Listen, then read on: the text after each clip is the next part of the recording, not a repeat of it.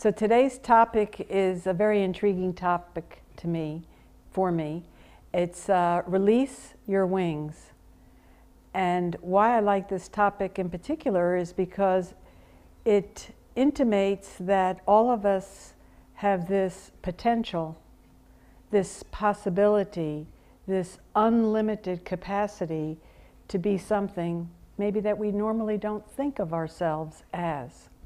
Release your wings. And so as Brahma Kumaris, this is what we feel, that within each one of us is this potential, not only for goodness, but potential for perfection, perfection of the soul. And so we see that each one of us has this little angel within. And so we're practicing in dropping off the things that are maybe not angelic, and imbibing, incorporating those things within our lives that are angelic. And so this is how we begin to release the wings. And so when we think about releasing the wings, there must be something that's holding the wings down, bounding them up. What is it that's putting us in this bondage of our wings being so suppressed? There are many things, and a lot of those things have to do with our habits. And I love this story, the elephant story. Do you remember the elephant story, Shireen? It's one of my favorite stories. And in training elephants, they usually put a big chain around a baby elephant. And the baby elephant tries to break away from that chain.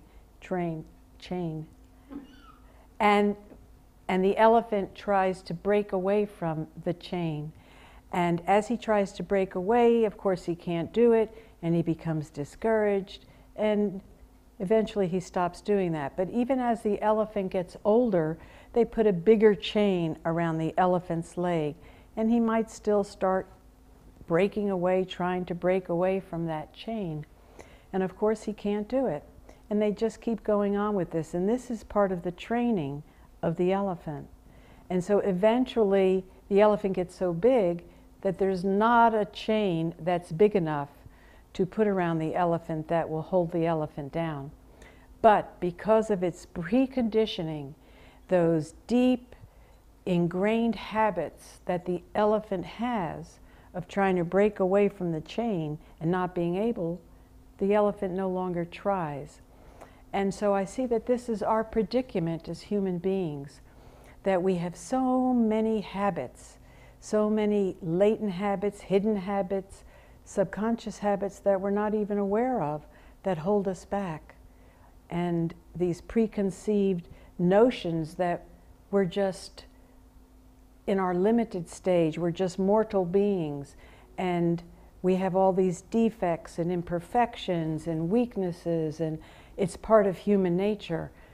But as Brahma Kumaris, we don't see that that's really our true nature. We see that our true nature is that of perfection. We have this term Om Shanti, which means I am. I am peace. I am silence. This is my nature. And so how do we get back to what we really are? Well, through the practice of meditation, we begin to see that this feels right, this feels good. And it is my nature, because anything that feels good naturally is our eternal and natural original nature. We've acquired these habits of too much talking, of being restless, of being aggressive, of wanting to excel through action, through being in the limelight of others. And so as we meditate, we begin to feel and experience that there's a special limelight within the self, that we don't have to seek the limelight out from others and the attention of others. But within us is this reservoir of perfection, this reservoir of peace, silence, love, that is enough to fill not only my heart, but the whole universe. And so being able to move into that place, being able to touch myself, to experience myself, to feel that place within me, and live from that place.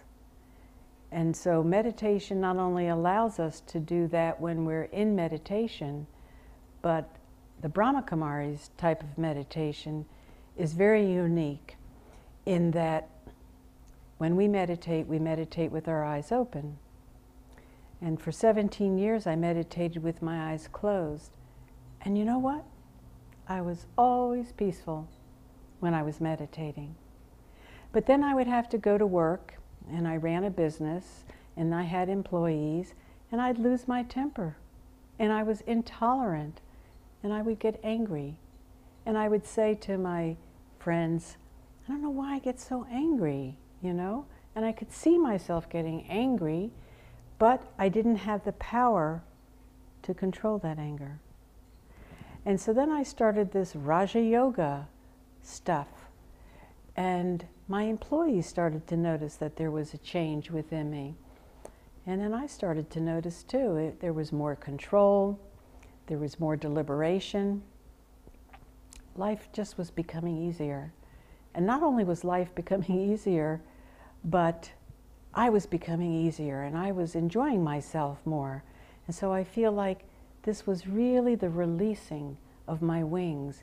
It's like the cultivation of the wings that were hidden for so many decades within me was now being able to be released through this process of just diving into myself and experiencing my true nature.